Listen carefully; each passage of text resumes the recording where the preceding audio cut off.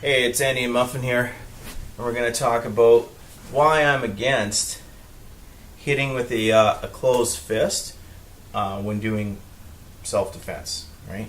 And there's a variety of reasons. The first being is I believe it's unnecessary to hit anybody with a closed fist. The other reasons are as follows, right? Let's just first talk about if you're like in the industry, military or law enforcement or security. If you're even though you probably will have the leather glove on or Kevlar glove, and you hit someone, right? Probably it'll be with your dominant hand. Most of us are right hand dominant. So you hit someone, you could break your knuckles, you could break the metacarpals in your hand, you could roll your wrist, which is probably a little bit more common than breaking the metacarpal. Right? If you do that and you bugger your hand, you're unable to discharge your firearm correctly because you need both hands on the weapon to discharge it correctly. Okay, unless you're really good at firing with your opposite hand, because you're probably going to injure your dominant hand. It's a bad idea to punch, right? And that goes with any type of weapon that you reach for. It could be your baton, it could be your pepper spray, it could be your taser, it could be any weapon. You're not able to use those correctly if you bugger your hand. Now, from a civilian, you're not even able to use your radio, actually, because if you look, even when you go to use your radio, you know, with the earpiece for the coil, most people have the piece here to talk into the radio. You see that you're probably going to do it with your right hand, so you're not even able to call for backup usually adequately, because it'll be weird trying to reach in with your left hand to do it, right? From a civilian point of view, it's a really bad idea, because if you cut your hand open on someone and there's blood on blood contact, this is a real problem, especially if they're hepatitis C or HIV positive. There's other diseases that you can get through blood on blood contact. This is really bad, right?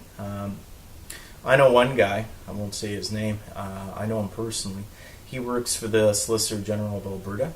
He's a correctional officer. He actually cut his hand on a guy, and he didn't have gloves on at the time. He didn't anticipate that he would be under attack. Otherwise, he probably wouldn't have even been there, right? This happened in an elevator. He actually cut his hand open on a guy's mouth. That inmate was hepatitis C positive. Here's the real bitch of the situation. Alberta Health wouldn't pay for the interferon, which basically interferes with the virus replication process, right? So it can eradicate the virus, right? Hepatitis C. And not just hepatitis C, but other viruses as well. So workers' compensation wasn't going to pay for it either, right? And he was having a long, drawn-out fight with workers' comp. And everybody knows how fast they move. So he had to pay for that out of his own pocket. But his initial reaction was to punch, right? Needless to say, he doesn't punch anymore. So a lot of people are going to go about punching to the body and stuff like that, right? You know what?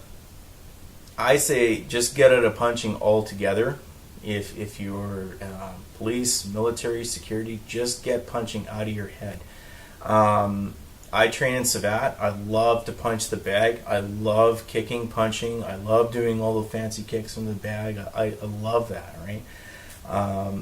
But if a real fight occurs, right, I am not punching at all. It's all open hand strikes, elbows, right? Knees, kicks, right? I really try not to use, at least I haven't lately, used a closed fist on anybody. The one time I did, it caused me a lot of anxiety. I'm healthy, I got a blood test, I'm totally clean. I did cut my hand on someone, and I went to the clinic for 6 months having anxiety, and then I went back, I think about 6 months after that, and there was always the anxiety, well, what if? Because I did cut my hand open on someone, right? It's just not worth hitting with a closed fist in self-defense situation. So that's my advice. If you're training for reality-based self-defense, You should not punch. It's a totally bad idea.